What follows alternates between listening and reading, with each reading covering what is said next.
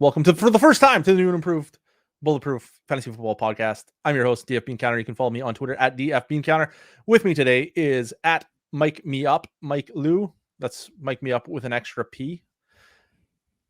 It's the only Mike, way, man. you may know from... What's that? It's the only way to do it.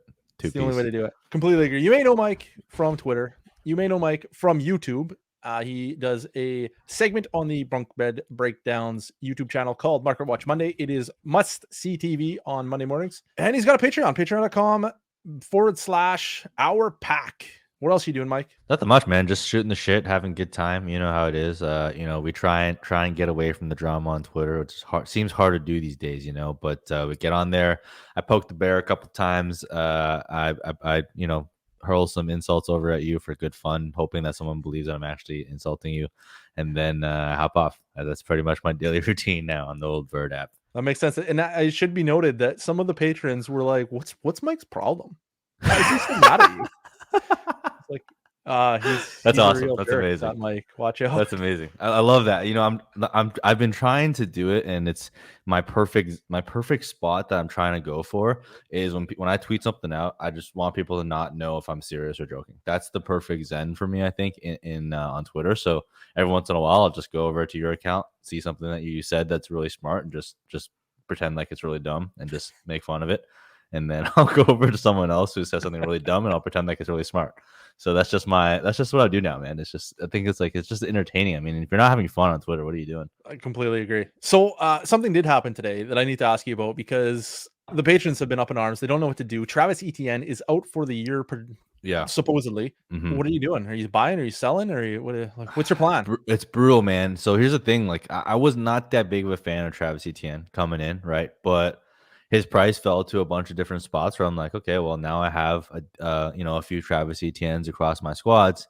So I feel like I'm in a point where, like, I'm not really. It depends what people are selling for. If people are panicking and trading him for less than a future first, then in those instances, I'm going to go acquire, because he's still a first round running back.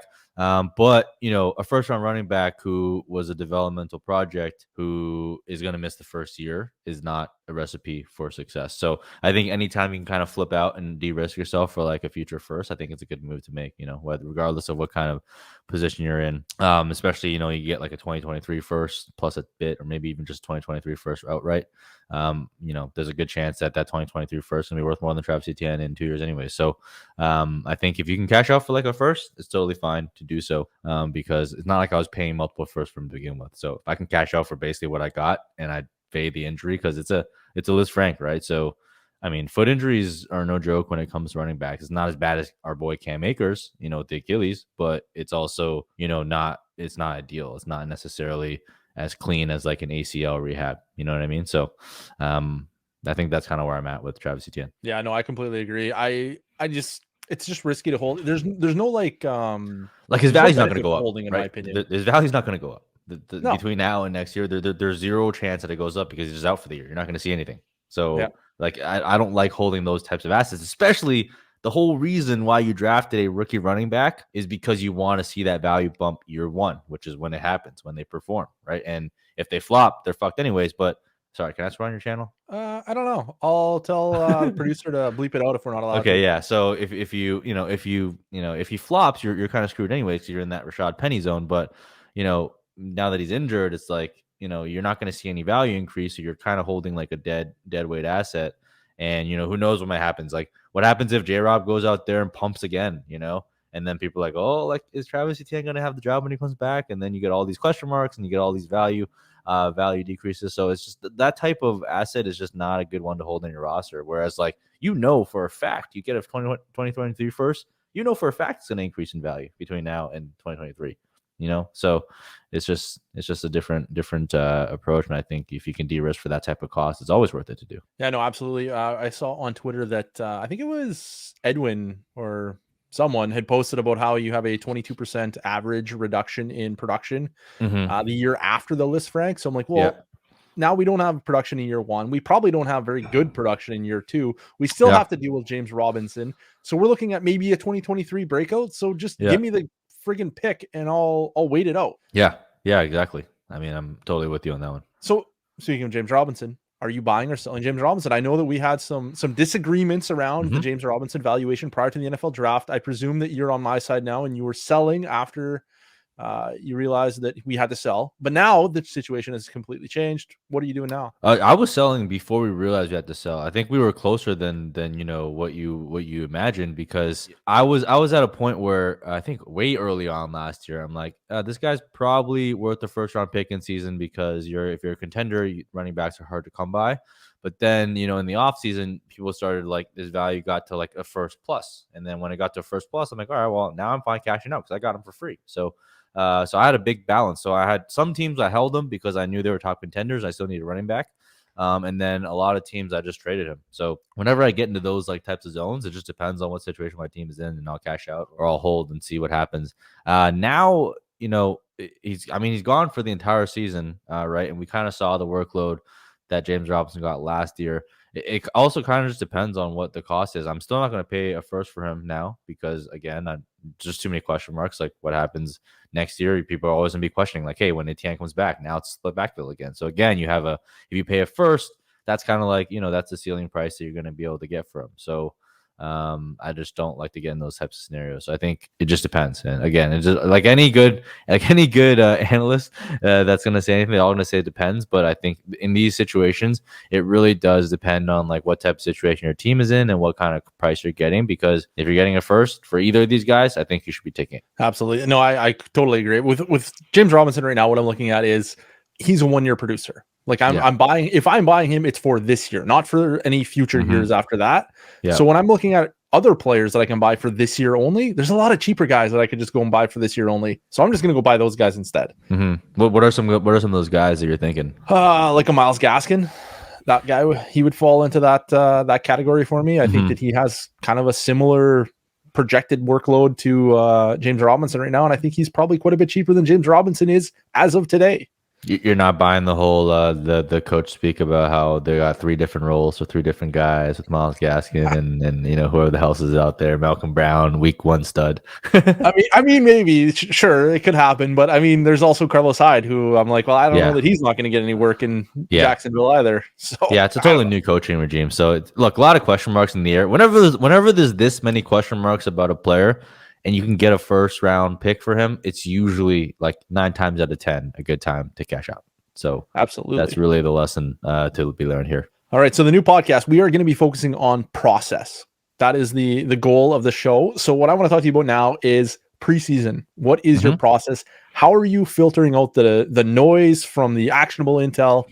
What are you doing right now? I'm filtering out pretty much 90% of whatever is being said in preseason and training camp. Like all the hype pieces, like, oh, like this guy's getting, this guy could be the next XYZ. I automatically ignore all the coaches that say we got to steal for this guy he's a first round value in the 4th round. I don't care.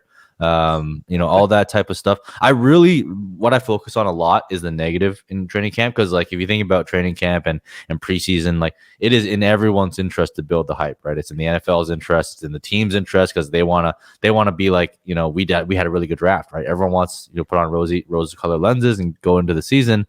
And then for all the beat reporters, they always want to talk about the positive because, if you always shut on a team, like the team's not going to talk to you anymore, right? So everyone's incentives are aligned for positive hype speech, right? So that makes the negative stuff that much more important to pay attention to because they have every reason not to say something negative. So a coach has every reason not to say something negative about a player. A beat reporter has every reason not to say negative about a player. So whenever there's negative stuff, I'm very concerned, right? So, so-and-so is not seeing the field, not getting first team reps. Coach is saying this guy's got to prove himself and blah, blah, blah. Like the Dante Pettis stuff from a couple years ago. Remember everyone said, no. He's good. Like this is just Kyle Shanahan motivating him. And what happened? We never heard from him again. So I'm really paying attention to the negative stuff. And then I'm also paying attention to how teams are being used, players are being used on first team reps.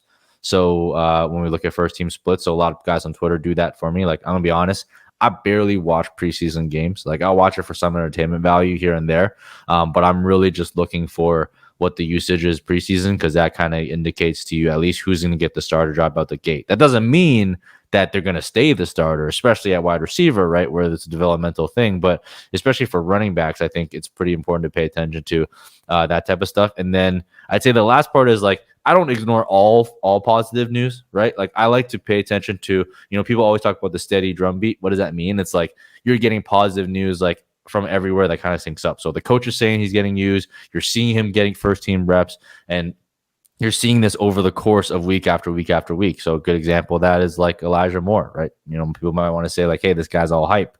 But you hear from the coaches, he's got the draft capital. We know he's got a good profile, or a decent enough profile, right, to do well in the NFL. And then you see him out there lining up on the X, which we didn't expect to see.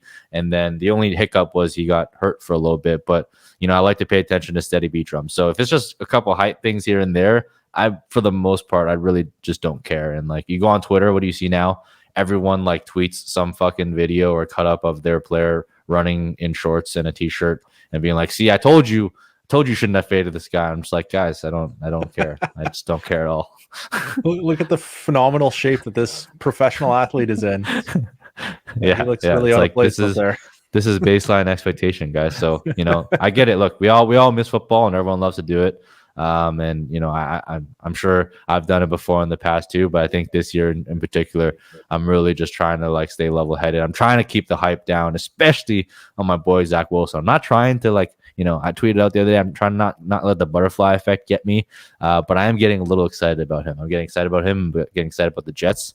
So we're set up for disappointment there. But for the most part, I mean, I try and keep it level headed. This is great news. I thought that you weren't that into Zach Wilson. I wasn't, dude. I mean, out of all the guys, I wasn't that into him for fantasy, but like, he just kept falling in my drafts, so I just kept drafting him, And it's like, look, I didn't think he was like a super stud or anything. I thought Justin Fields was better, and I thought Trey Lance was a better bet for fantasy.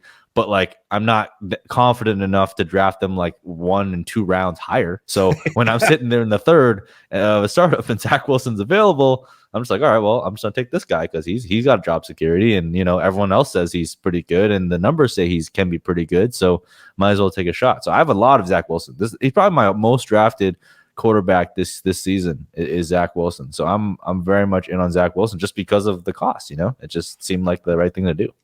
Absolutely. I think he's a great quarterback. I think he's probably going to be possibly like I think he's right there with Trevor Lawrence to be the best NFL quarterback in the class. Mm-hmm. I don't think he's going to be the best fantasy quarterback in the class, because I think your Konami research earlier in the year really swayed me, because I was ready to put Zach Wilson at QB2, and then you're like, hey, whoa, slow down. Look at this Konami stuff. What are you thinking? And I was like, Mike, you know what? You're right. I admit defeat. Zach Wilson will not be my quarterback 2. I moved him down to 4, but I still have him higher than pretty much everyone else has him in their overall rankings. Yeah. Where do you have him? I don't remember off the top of my head. Maybe 10, 11, 12, somewhere in there. Yeah. That makes sense to me. Yeah.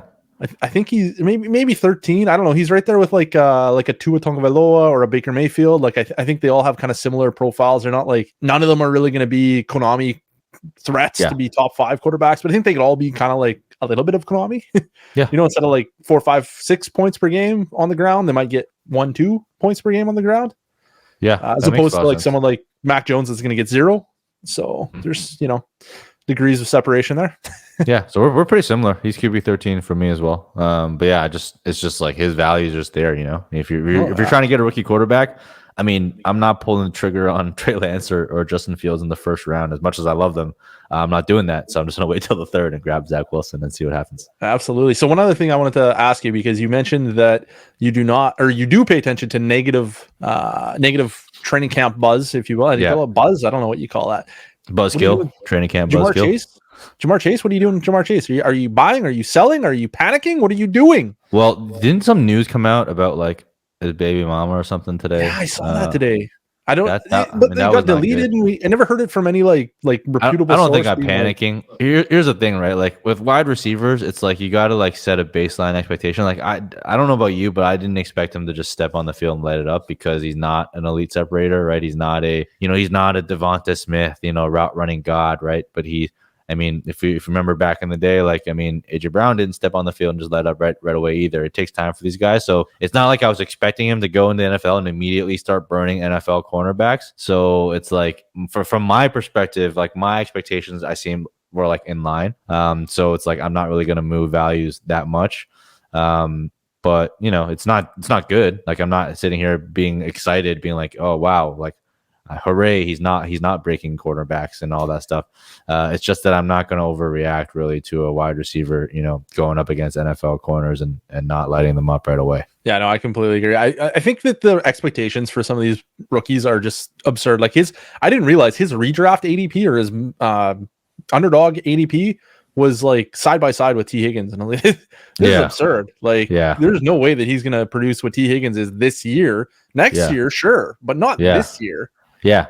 I mean, the best protection against Jamar Chase was just drafting T. Higgins, who's also very fucking good. And you should have been doing that anyways.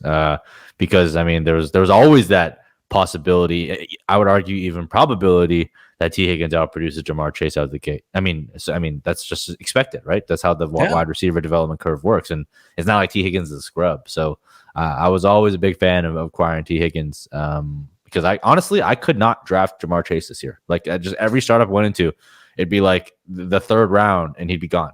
And he'd be like wide receiver 5. I'm like, okay, well, I like Jamar Chase, but I don't like him that much. So I'd have like no Jamar Chase on my dynasty teams, and it kind of makes me sad, to be honest. Maybe you'll get some next year. Yeah. Maybe this will be a slow start. He will possibly face plant just because of the sky high expectations. Yeah. And you'll get to buy in next year, and it's going to be great because if he face plants, I'm not really that worried. Depends how he face plants. Yeah, if he face plants while meeting my expectations, I'm not that worried about it. Yeah. If he face plants with like 200 yards, like a Bryan Edwards, I'm very concerned. Yeah, I would be very worried. If Jamar Chase has 200 yards, we got problems. Oh yeah, for sure. So let's get into a little bit of your process. What is like your go-to, like everybody knows Mike for this? What's your thing? Probably just like the game theory aspect. I mean, nobody really comes to me and like, yeah, well, that guy's the best talent evaluator, like the best prospect evaluator. That's probably you. They probably go to you for that. Let me stop you right there because I've read on Twitter that you are in fact a pro scout. So if that's not the case, then I don't know, man. Yeah, look, I mean, there's levels to this, right? There's pro scouts. I'm obviously one of them, but there's levels to this. So look, when it comes to film, my Twitter handle would suggest that I'm the best, but in real talk, like obviously film is not really my thing. It's not really your thing either. There's plenty of people out there that do it much better than both of us, and we kind of rely on them as part of our process. But I think personally, in terms of playing fantasy, like I didn't start off as like someone that came on Twitter was like, hey, I'm gonna be a fantasy content creator. I was just a guy. I was like literally talking shit with Ray. I was talking shit with Garrett Price from Dynasty Nerds. I would like jump in their mentions and argue with them about players as if I knew anything, which I didn't, obviously. But I kind of started playing. Like I'm in like 30 leagues now. I play like 30 leagues year over year, and like a lot of that is just me putting like what I learned from practice and then trying to like preach that to people. So a lot of that's just game theories, like how I study my league mates, how I navigate drafts, and how I like basically create demand for certain assets or try and corner certain assets within the marketplace within each of my own league. So I think that's really what I'm all about, is more about like the game theory aspects. I think that's something that just doesn't get covered that much, because like you think about like fantasy content, you go on Twitter, you go on YouTube, what do you see? Like it's like top 5 best wide receivers, top 5 running backs, or all these ranks, and it's all players based, right? But not very many people are talking about the game theory aspect and the economics behind the game, like the game within a game, that just people aren't focusing on. I think there's a major edge to be realized there, and people are getting smarter. There's definitely other people that are following suit on some of this stuff, but I think that still remains like one of the most undercovered and underutilized aspect of fantasy. Sounds good. So can you give us an example of like game theory in practice? Who did it work out on? Who is your shining example of do this? Yeah. So I mean, it's just the like how I control like rookie drafts in my leagues. Ooh, So that's a good topic. Tell me that. yeah, so I mean, I talk about this concept. I call it the Iron Bank, and if you haven't watched Game of Thrones, the Iron Bank is just something that you can just keep drawing on over and over again. And for me, that's really just accumulating rookie assets. And how I do that is, I go into a startup and I do a lot of trading back, and it's getting a little bit harder now because everybody's kind of doing this. But a couple of years ago when I first started doing this, not very many people were, because everyone wanted to win year one. So I would leave the startup draft for like 3 or 4 future first round picks. And then that basically allows you to control the market. Because if you think about it, right, every year there's 12 first round picks if you play in a 12 team league, right? And if you own 4 to 5 of those picks, you own 1/3 of the market, right? That's not the majority of the market, but it kind of acts as the majority market, because unless someone else in your league also has 3 to 4 first round picks, those other 8 picks will be spread amongst 6 to 8 people, so everyone will have 1 pick, right? And if you think about the dynamic that creates in your rookie drafts, is you're going to have multiple anchor points in the draft. You might have a couple early picks, make a mid pick and a late pick, so you're going to be able to like navigate the draft and get whatever players you want. But like, if you think about the perspective of someone that only has 1 pick, they only have 1 shot to get their guy. And everybody wants to get their guy in the rookie draft, right? So they're not going to be willing to trade that pick. So if someone wants to move up or down or get by into the draft, who are they going to come to? They're going to come to the guy with 4 picks that can get 1 or 2 of their guys and still capitalize. So every year in some of my most dominant leagues, like I would start off with a productive struggle in year 1, where like I would basically punt year 1, and then year 2 I would just have a dominant team, and then my team is just like so dominant that I just put on cruise control and basically don't have to do anything, because when I'm sitting there in the rookie draft, it's like, okay, well, I'm sitting at 1.03. I know player XYZ are at 6, 8, and 9, and they're missing a wide receiver, running back, so I know who they're going to go, so I can trade back 4 spots and still get my guy while adding like a future first or future second. And I take that initial 3 or 4 first round picks and I keep rolling it forward and forward and forward into the Iron Bank, and every year I just have like 3 or 4 picks, and every year I control the rookie draft until I'd like turn the flick on, and I'm like, okay, well, now I'm the most dominant team in the league, and I'm just gonna like draft a bunch of running backs and just go ham. So that's kind of the process that I've gone through and how I've been able to build a lot of dominant teams. And that's just one example of game theory at play. But, that's like the example of cornering the rookie picks. But you can corner other stuff. You can corner quarterbacks. You can corner tight ends. The only thing you can't corner is wide receivers, because there's so many of them. But just understanding, those types of dynamics and, the resource scarcity aspect of fantasy football, I think is something that I've basically just capitalized on like year after year after year. I love it. I think that when you're pretty good at, scouting, pro scouting the rookies as well, those picks are a lot more valuable in your hands than anybody else in your league's hands. So not only are you cornering the market and maneuvering and like manipulating the draft board to get what you want, you're also probably outperforming your league mates in the draft itself. Mm-hmm. So it's just, it's winning on both ends. I love it. Yeah. So when you're manipulating the draft board, who is the guy this year in 2021? Which was the rookie that you were targeting the most? I'm gonna be honest. I wasn't really targeting anyone. I just went into every single draft. Actually, not to lie. The one rookie I was targeting the most out of everyone was Rashad Bateman, because he was falling to the 2nd round and unfortunately got freaking hurt. So that sucks for a wide receiver. But I still believe my process is pretty sound. I mean, it's the 1st round draft capital wide receiver. The only box he didn't check was size. But he wasn't like, he's not like tiny. He's not like a Tutu Atwell. He just wasn't a Jamar Chase, basically.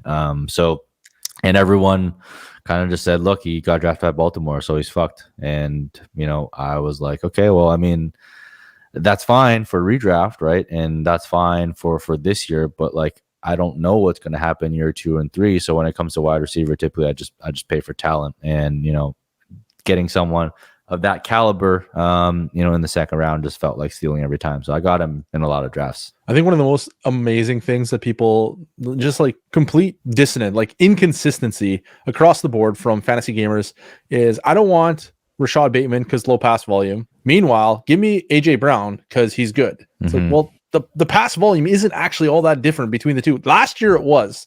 Yeah. Like the Lamar Jackson and the Ravens passed less than they did the prior year. a lot less. But the prior year, they were the exact same as the Titans. And the Titans have been the same for like 4 or 5 years now. So we're probably actually talking about similar volume between Rashad Bateman and AJ Brown. And people are like, I don't want Rashad Bateman because the lowest pass volume, but AJ Brown's my wide receiver 1. And it's just like, yeah. Well, look, I like both, unfortunately. So look, we'll see what happens. It definitely sucks that he got injured, but I just felt like he was just such a steal. And then obviously, Zach Wilson, who didn't start as my favorite, but just ended up being my favorite because the cost was just too good every time. Yeah, it was amazing. It just felt like there's this class was like really, I shouldn't say top heavy, but like deep at the top. Yeah, if that makes sense. Like there wasn't any like genuine superstars there's a couple, but the first 3 or 4 picks were like genuine superstars, and then we just had like a whole bunch of really good players after that. Yeah, and then it just fell off the map, and there was nothing in the mid-second round and beyond. Oh yeah, it was brutal. After like pick 15 was just a train wreck. Absolutely. So who's the rookie that's going to just go out and dominate this year in redraft, dude? Who do you like at the redraft ADP? Maybe that's a bit better. I mean, yeah. Who do I like at redraft ADP? Who have I been drafting in a lot of my underdog stuff? I've been drafting a lot of Terrace Marshall. Because I've been drafting a lot of Terrace Marshall. He's been going to like the double-digit rounds. Just one of those wide receivers that I felt was interesting. Probably a pretty high pass volume offense. And the only guy really standing in his way is Robbie Anderson. Even with Robbie Anderson there's a chance that he kind of produces. He was someone that I don't know how you felt about him coming out as a prospect. He's kind of one of those guys where you have to make some excuses for, but the excuses kind of made sense as well. But yeah, he's just been super cheap, and he's just been one of those guys in the late rounds that I've been grabbing a lot of. It's funny that you said you don't know how I feel about him because you kind of had to make excuses for him. My process hates him. Like he's a bust tier wide receiver in my process. Yeah. But my process my grades don't necessarily agree to my ranks all the time. We apply context when ranking players. Yeah. And I had my wife helping me build the Bulletproof Fantasy Football rookie guide, and I just had to like copy and paste in the rankings from the Patreon rankings, and she's like, hey, she like called me. She's like, hey, I messed up the rankings. I don't know what I did wrong with this Terrace Marshall guy is out of place. Where is he supposed to be? And I was like, what do you mean? She's like, well, he's at like, I forget where I had him. I don't know, 12 or 13 in a Superflex league. And she's like, yeah, he's a bust, and he's with all the other guys. I'm like, yeah, I know he's supposed to be there. It's okay. That's on purpose. Yeah. It's so funny that my wife, who does nothing about fantasy football or football at all, she probably can't even name 5 NFL teams, is like, this Terrace Marshall guy shouldn't be here, right? Look, sometimes we just got to go with our gut, got to make some contextual adjustments. Well, it's just like the Alabama one doesn't. I have a hard time getting on board with the Alabama one because we didn't see Jerry Jeudy and Henry Ruggs be awesome. If either guy had come out and just been an absolute superstar like Justin Jefferson, I'd be like, yeah, okay. Yeah. You know what? The Alabama thing is true. These players are all too good to cancel each other out, but they didn't. So then I was like, I don't know. Like maybe they are, maybe they aren't. Maybe we're in the same position we were last year, where it's like, I don't know what to do with these guys. Maybe. Yeah. But we saw Justin Jefferson come to the NFL and set the freaking record. So we know he's good. Yeah. I don't know. Anyways, it's a pretty good chance that Terrace Marshall is not going to bust, I don't think. And I don't think he's going to be a face planter. Of the face planters from the 2020 rookie class, who are like, I know you would never do this because you're way too smart for this, but some people out there want to buy face planters, and I need you to tell them which one to buy, just in case, because it's fun, right? Like, you can buy a face planter and they hit, you get to throw that on my face forever. Yeah. Here are your options: Jalen Reagor, Henry Ruggs, Keyshawn Vaughn, Denzel Mims, Bryan Edwards. Which is the guy that's going to come back and haunt me for the rest of my life? Man, I mean, I think you're pretty safe. But if I had to get one, I think I'd probably just go with Bryan Edwards because he's free and he doesn't really cost me anything. And also, he was pretty much injured for the most of the year. And if you're going to bet on a face planter, it better have like at least an injury tag on it so that it can help your case. And it doesn't help your case by much, but it helps your case a little bit. I think Henry Ruggs, like, you still got to go out there and like pay a second for him. I'm seeing people like pay seconds for Henry Ruggs, and like, no thanks. That's gonna be a no for me. Running backs that flop, no thanks. I was not a fan of Keyshawn Vaughn coming in, so the fact that he's flopped just makes me not want to touch him ever. Denzel Mims could like barely get on the field. I know like he came out and said the reason why he couldn't get on the field. But he was injured too. So maybe between Bryan Edwards and Denzel Mims, you have to fire something. Those would be the ones. But I would try and just get the cheapest one, to be honest. Fair enough. Crazy stat of the day: Denzel Mims had like a 19.7% target share last year and did nothing. I know that. Yeah, it's crazy. Wild. Yeah, when he was actually playing. So probably one of those guys. But yeah, Yeah, I mean, maybe Zach Wilson, sprinkles a little magical fairy dust on him, and they kind of go to town together. But I mean, now Corey Davis. He's got Corey Davis there. He's got Elijah Moore there. Just seems like not a great recipe. Whereas like Brian Edwards, I mean, Brian Edwards really just has Henry Ruggs ahead of him. I mean, neither of them will ever surpass Darren Waller to God, but he really just has Henry Ruggs. So I mean, that's a much smaller hurdle to surpass. All right. So you kind of answered my next question already. I was going to ask you who was the obvious face planter from last year's class that you knew on day one he was going to face plant. Sounds like that was Keyshawn Vaughn. Yeah, Keyshawn Vaughn or Henry Ruggs. I mean, I felt like those are just two players. I was like, yeah, I'm just not going to touch these guys because it doesn't make any sense. So it's funny because I had to defend my Cam Akers stance last year to the Patriots. Yeah. They came at me. They're like, I've been hearing that Keyshawn Vaughn is just discount Cam Akers. And there is some like surface level similarities. Yeah. And I like went through it and it was just like tore Keyshawn Vaughn apart. And they're like, well, we're never going to draft Keyshawn Vaughn. And I was like, no, don't draft Keyshawn Vaughn. Yeah, I think the Keyshawn Vaughn love, the problem with Keyshawn Vaughn love, I remember this very clearly, is that it was so tied to Ronald Jones hatred that like every point that came up, like every guy that liked Keyshawn Vaughn in their top three was like, yo, all he has to do is beat Ronald Jones. All he has to do is beat Ronald Jones. And look, I wasn't a big Ronald Jones fan, but like I wasn't also that confident. Like this is a third round dude who, was old. First of all, he came in as like basically a geriatric running back already. But yeah, I think those are just a couple obvious ones for me. Yeah. I think he's actually about the same age as Ronald Jones, and Jones has been in the league for 2 Ronald Jones years. was incredibly young when he came in, and I went from Ronald Jones hater to Ronald Jones tolerator to this year Ronald Jones acquirer, I guess. I mean, I have a lot of him in Underdogs Best Ball, and I think even in Dynasty, I'm fine with some acquiring a little bit of Ronald Jones. Fair enough. All right, so who is the obvious face planter from the 2021 class? You're predicting the future now. When I have you on next year, this very day next year, who are we going to talk about in the face planter category? Who's the guy? Let me refresh my memory here with the 2021 class, but I'm pretty sure the one that I did not get any shares of is Michael Carter. It's probably a good choice not to get any shares of. I would 100% agree with you on that one. Yeah, because I remember like he started getting to the second round. I'm like, man, I don't know. And then he got into the first round. I'm like, okay, well, that's an easy decision for me. I'm just never going to draft him. And I get it. There's a lot of like vision stuff, and the Jets would have taken him in the third round or whatever excuse you want to make up for him. It just seems like the odds are stacked against you already, right? When you're a day 3 running back, and then now you're a day 3 running back on probably at best a mediocre scoring team, I would say, right? Even though both of you and I love Zach Wilson, I think Zach Wilson can show flashes, and that team can still not really be a high-end fantasy producer. There's just too many question marks there for me, and he doesn't really profile as like a top that'll ever be like a workhorse or anything in the NFL. So I think he's probably someone that it just didn't make sense, right? Because you had to pass on Rashad Bateman, you had to pass on like an Elijah Moore in order to draft him. So I just wasn't going to do that. Absolutely. Somebody had a hilarious meme on Twitter. I don't know how long it was, maybe this week sometime, I think. And it was like, Michael Carter is a day 3 pick. And Michael Carter is not a workhorse in college. And Michael Carter is playing in a system that does not feature the running back. And then they're like, and Michael Carter is a workhorse? Question mark.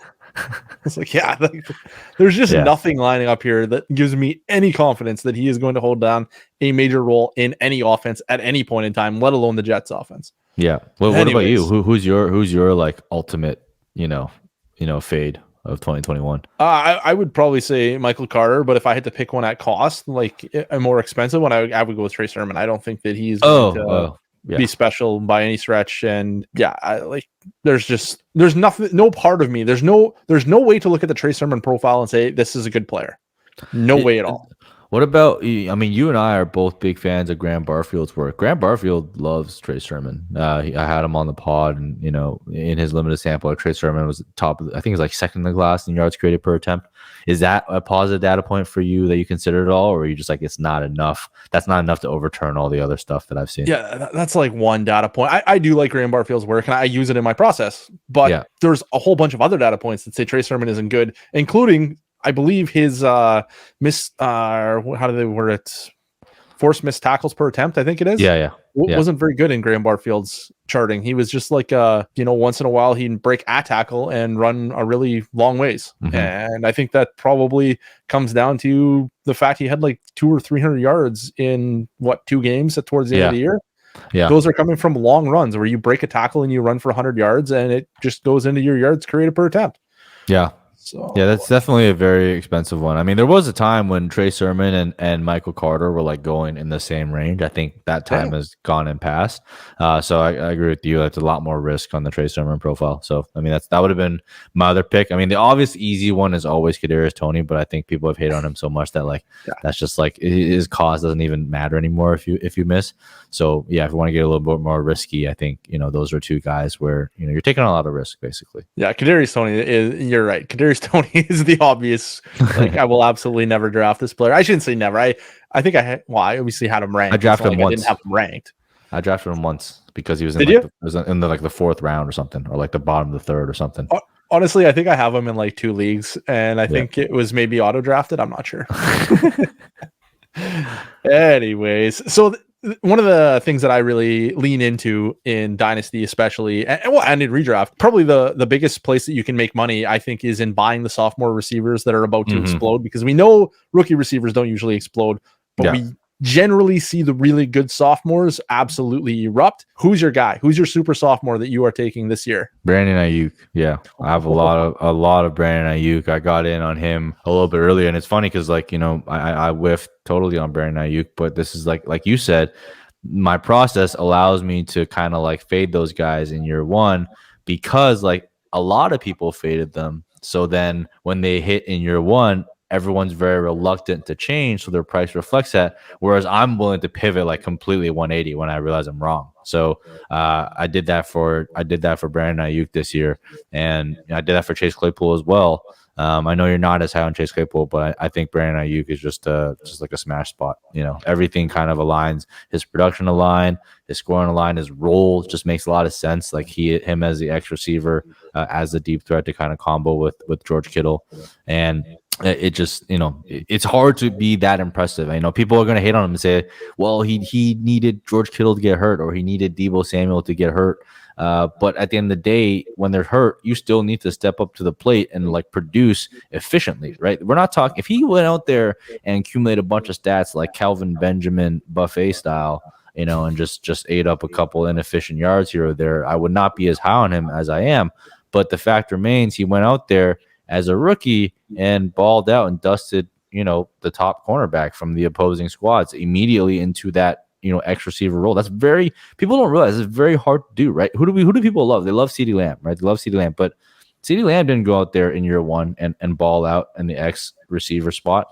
He went out there mostly from the slot, and that's what most players do, right? Even Michael Thomas, right? One of the most prolific producers in year 1, he came in and he got to play second fiddle to Brandon Cooks.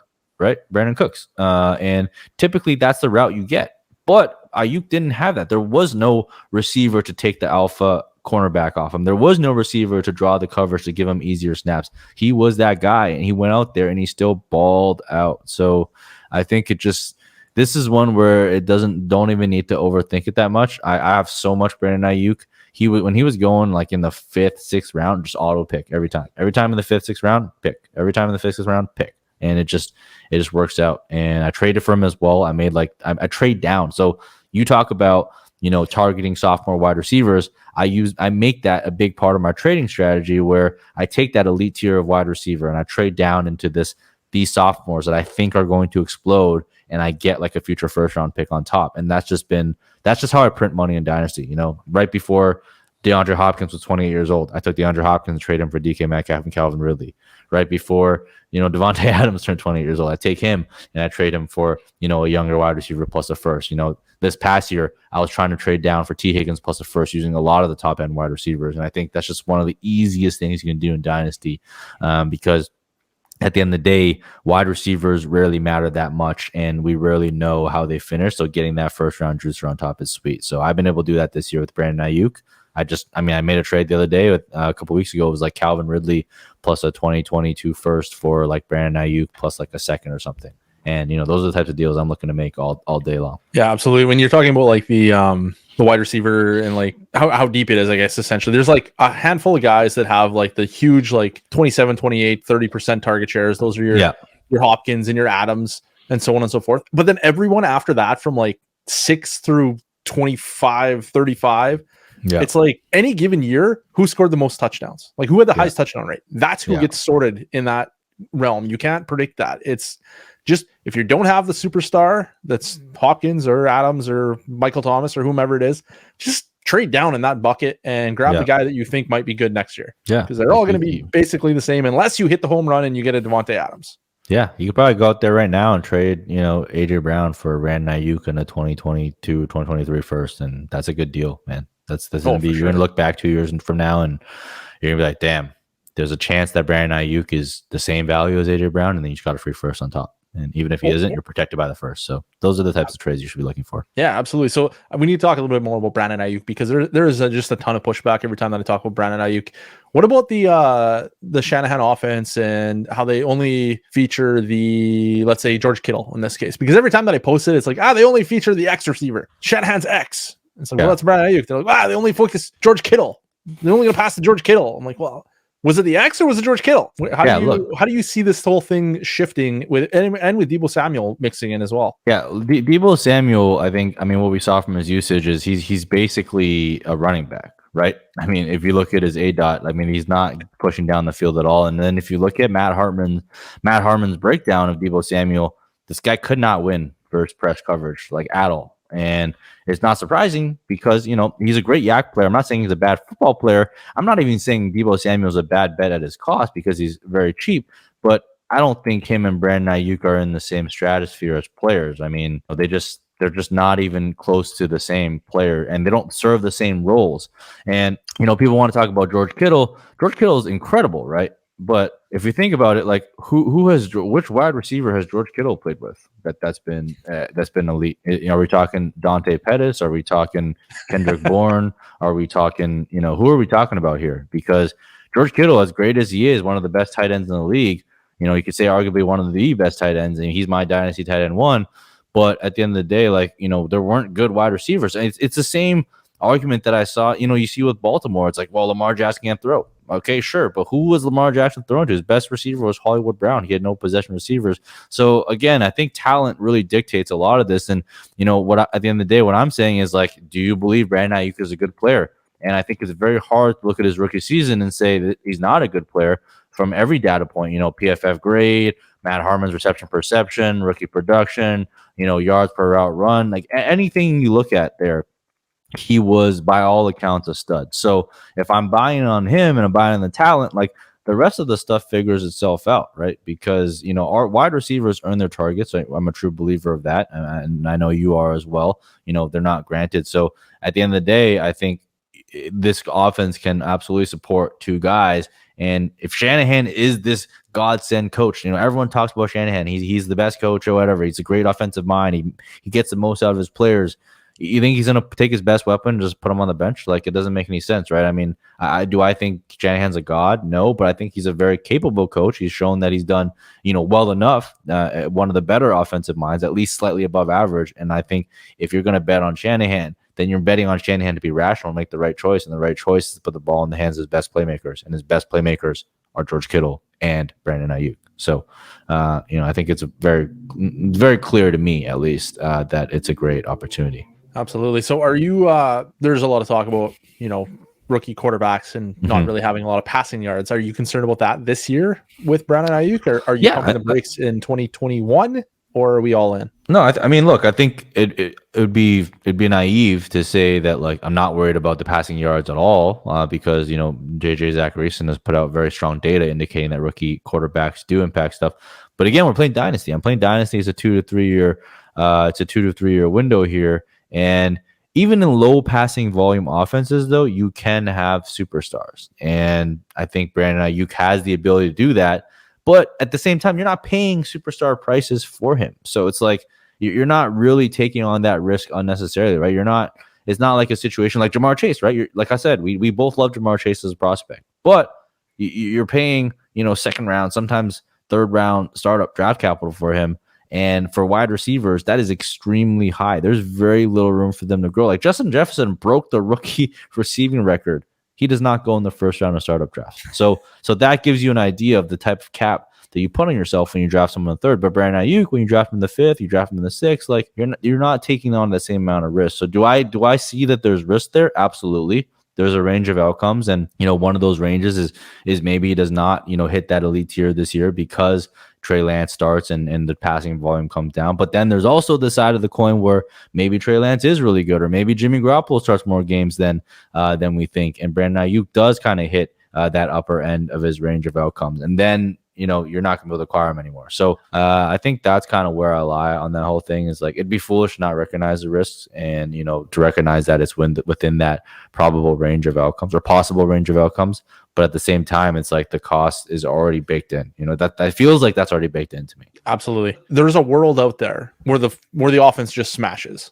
Mm-hmm. And I would rather just get into Brandon Ayuk, a good player at his current cost, than risk missing out on it. And if it doesn't smash, Brandon Ayuk's still a good player. So I'm still sitting on a good player. Who cares? Yeah, I'll just sit on him another year until Trey Lance is no longer rookie and we have fully unlocked 49ers offense. Let's go. Anyways, so one of the, how do I put this? One of the keys, in my opinion, for Dynasty is that there's a point in time where veterans become a buy. And most people in Dynasty are like, youth. But eventually there's a point where you flip the player from a sell because they're getting old to a buy because they're old and they're still playing. Players that are old and are still playing still usually produce. Usually you don't have an old player sitting on the bench. Maybe that's the way to put it. Yeah. Who are you buying this year? Who can I backfill my roster with? I have rosters with tons of draft picks, but I need some actual players to go out and score fantasy points. Who am I buying at a discount? Keenan Allen. Keenan Allen just... Oh, I don't know why he's always so cheap, but he is. Like, I think I did a 14 round. I'm in a draft right now with like Graham Barfield and Justin Boone and the undroppable guys, and like all these industry guys. And I think I got Keenan Allen in like the 5th or 6th round of like a 14 team startup. And like I didn't draft any wide receivers. I'm like, okay, well, Keenan Allen's my wide receiver 1 because he's always a wide receiver 1. So I'm happy with that. So I think Keenan Allen is someone that's maybe a little bit on the more expensive side that you can grab very easily. I think on the cheaper side, Julio Jones, this is like top 5 wide receiver all time, right? So the normal rules do not apply to someone like Julio Jones. Like, he on a per game base, people are gonna be like, well, he's gonna get hurt. Like, fine, I don't care. I don't care if he gets hurt. I just care that in the games I start him, he produces, and that's all he's done his entire career. For all the injured narratives that have gone on Julio Jones, all he's done is produce on a points per game basis year after year after year. And to me, that's all that matters at the wide receiver position. Now he gets to go with Ryan Tannehill, who I think is a better quarterback than Matt Ryan, in an offense with a hyper concentrated target share, right? There's no one else. There's literally no one else. Who are you going to throw to? Anthony Ferguson, Josh Reynolds? No, like, it's Julio Jones and it's AJ Brown. And there is, in that range of outcomes, there's a decent chance that Julio Jones is the top wide receiver of the offense, right? There's a decent chance that Julio Jones gets more targets than AJ Brown. That is a very realistic scenario, and he's someone you could get for a 2nd round pick. And I always talk about, I think you put it a good way, but the way I think about it is I always trade away players before they hit the age cliff when it comes to value. So for Dynasty, that's like around age 27, age 28 for wide receivers, right?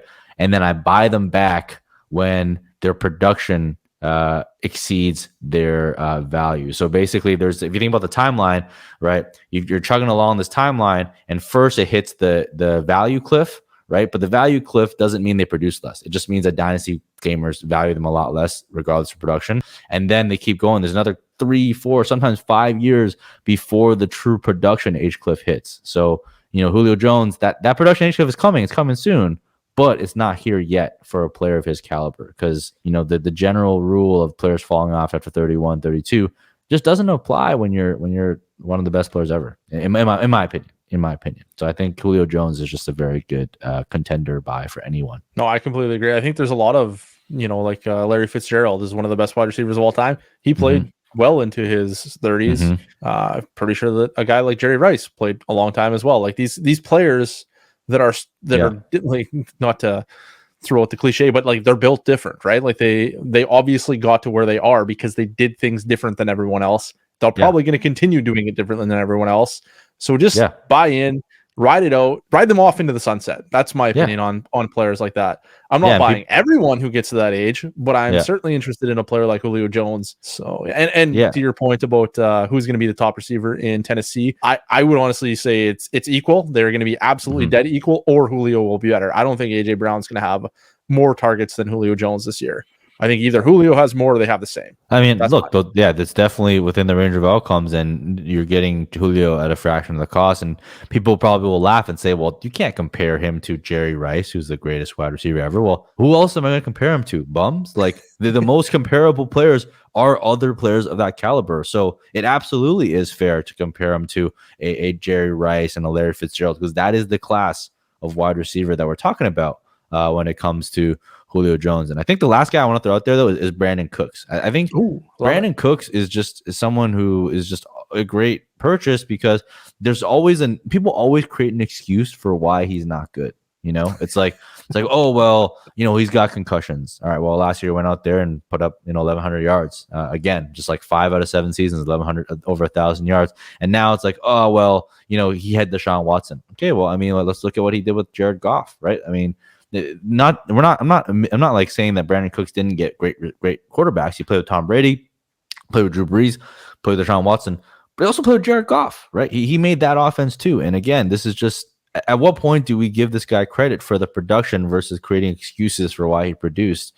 I think it just doesn't make any sense. And again, that's another offense that's just completely devoid of receiving talent. Like, who the hell else are they going to throw it to? Kiki Kuti, who's going to be supposedly, whatever year breakout that he's going to be in? No, like, this is Brandon Cooks. And if you're worried about concussions, which you should be, but again, you're just not paying the cost. Like, you're not paying the same cost for someone that's produced this much. Like, Brandon Cooks is an elite producer and has returned, smashed his draft capital, right? In every way. And for whatever reason, we just don't like him still. So I think those are 3 guys that, if you're looking to fill up some depth in your wide receiver core, you faded wide receiver early, those are the types of guys that you should really be going for to kind of round out that production for you. Perfect. I love the Cooks call. I saw a Twitter poll today, and it was, who'd you rather have this year, not Dynasty, this year, Darnell Mooney or Brandon Cooks? And Darnell Mooney was actually winning the vote with hundreds of votes at one point. No way. And I commented on it because I could not believe it. I was like, man, Darnell Mooney must have like an enormous family that is heavily involved in the Twitter polls community, because it's the only explanation for the results here. Like, that makes no sense to me. I mean, again, it's just people want to go for the youth, but at the end of the day, Brandon Cooks is still 28 years old, man. Come on, this guy's a stud. It's crazy. Okay, so everybody makes mistakes. Yeah. We are new, or everybody was new at fantasy football at one point. What was your biggest mistake as a fantasy gamer? Biggest mistake as a fantasy gamer. Doesn't have to be like a particular like trade or draft or anything, just like a general philosophy mistake. For me, I'll give you mine.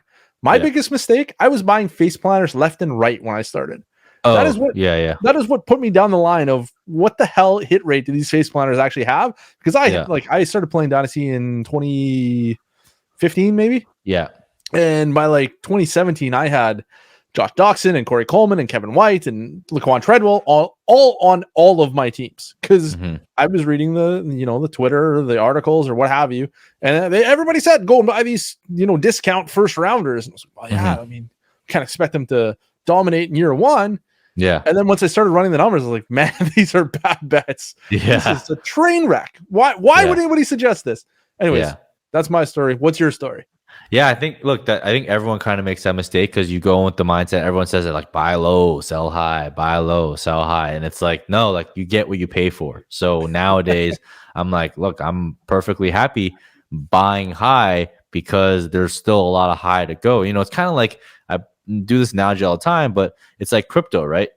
I talked to all my friends, I talked to them, they're like, yo, like, I know you got in on crypto. It's like, I want to get in now, but like, it's too late. It's already gone up, X percent. I'm like, so like, what does that matter? Like, why does it matter how much it's gone up before? Like, if you believe it's going to go forward. So for me, it's like, and I learned this lesson in crypto. It's like, I don't mind getting in on the 3rd, 4th floor, as long as I think there's another, 5-6 floors to go. And I don't care that someone else has made that money before me. That's totally fine. They've hit the lottery. Good for them. I don't care. But I'm just trying to ride the wave up on the rest of these guys. So guys like Brandon Ayuk, I think sophomore wide receivers is like that class of assets that you can really, kind of buy high on. You can't buy high on running backs. Like once running backs produce, it's like their first round draft capital. So it's like no way to do that. But for wide receivers, it absolutely can. But I think the biggest mistake that I made, and it's not even really like strategy related or anything like that, is like I used to get like offended, right? People would send me like a shit offer and I get mad. I'm like, dude, what do you think? I'm freaking stupid? Like you think I'm trying to you're trying to 2-time me or something like that? And what I realized was like that's not really conducive. It doesn't really add anything. You put them on, if you put them on blast and like trade chat, or you laugh at them, or you send something snarky back. And I see people do on Twitter all the time. Like, what do you do? Like, do you like send back a shittier offer, or do you like laugh at them? Do you explain to them? And like at first I would get mad at this stuff like that when I first started. Nowadays it doesn't really bother me anymore. And I think it's something that I think a lot of people should do. It's like if someone sends you a bad offer, just say no, right? Just click the no button and decline and move on. You don't have to get mad and send them an angry note being like, what do you think I am? Like stupid, like that's such a low ball offer, blah, blah. Because at the end of the day, look, everyone has their own value on players, right? Maybe that guy lowballed. Maybe that guy is a sleazeball and he lowballs you all the time. And to deal with those guys, I just stop engaging with them in trade talks. It's a waste of my time. But also maybe they just had a totally different valuation, right? You never know. It could have been a very innocent trade offer where they thought that it was fair, but in your eyes, you thought it was a shit offer. And, nowadays when that happens to me, I'm just like, hey man, like, thanks for the offer. Like we're a little bit far off here. But thanks for the offer. And then sometimes a trade will come out of that. Sometimes they'll say, well, where did I miss? Like, what can I change? And I've literally done deals where 2 years ago, I would have like scoffed and laughed in their face. But today I just go back and talk to them and be like, hey, where do you think we can work with here? And I've worked out deals, right? I've made trades and startups like many times where it started as a low ball that I converted into a very good trade for both parties. So I think that was the biggest mistake that I made, because every time you do that, you turn someone else off. And you burn a trade bridge, and you never want to do that in Dynasty. You want to keep as many bridges open. You want to be like a fucking San Francisco with like Golden Gate bridges coming to you from all different directions, Golden Gate Bridge, Bay Bridge, whatever. You want to keep all those bridges open, because the more bridges you have, the more trades you can make. And the only way to succeed in Dynasty is to be able to do trades. So I'd say that was my biggest lesson and biggest mistake I made as a new Dynasty player. That's actually a great point. Actually, what I do, just to add on to what you're saying, is even if somebody sends me a bad offer, I don't really care what they're giving me information, right? They're telling me, hey, I want that player. Yeah. So I have a spreadsheet on every one of my leagues. This may come as a shock, being counted with a spreadsheet. I have a spreadsheet on every single one of my leagues with every owner listed, and I have a list of players that they've requested in trade. Yeah. And that way I know that they're looking for, or they like this player. So if that player starts to explode and it gets out of my price range, I'm no longer comfortable with where they're valued. Then I go to that player and I'm like, hey, you interested in, I don't know, Darnell Mooney? And they're like, yeah, I am actually. And I'm like, yeah, I know, because you asked him about him 3 months ago and I wasn't ready to sell. Yeah. So in my opinion, every time that somebody sends you an offer, they're sending you information. It may be useless, it could be absolutely useless, but it could be useful down the road. So you just make a note of it and move on. And like I said, when the time comes, I don't like Darnell Mooney's price anymore. So all those people that offered me lowball offers on Darnell Mooney when we were midseason and he was starting to get a little play, when he embarrassed Jalen Ramsey. Jalen Ramsey. He embarrassed Jalen Ramsey and his price shot up. Then I was like, hey, it's maybe time to cash out. Who likes Darnell Mooney? Let me go and check who liked him, who was trying to buy him for a 3rd round pick 3 months ago or 2 months ago or whatever it was. Yeah, so, absolutely. I love that. I mean, I keep a notebook on all my league mates too, and that's definitely a great data point to have, is like who they've been interested in the past. So that's a great tip too. Yeah. All right. Well, that brings us to the end. Before we go, if you want to just plug yourself, tell us all the things that you do. Yeah, and, look, I'm on Twitter. Like I said, I'm shooting the shit. If you guys want to holler at me on there, at Mike Me Up with 2 P's. I talk football. I don't really get into too much of the drama, but you'll see me poke the bear sometimes, shit on PFF here and there. And then if you want to watch my YouTube videos over on Bunk Bed Breakdowns on YouTube. So I do a segment called Market Watch Mondays, comes out every Monday.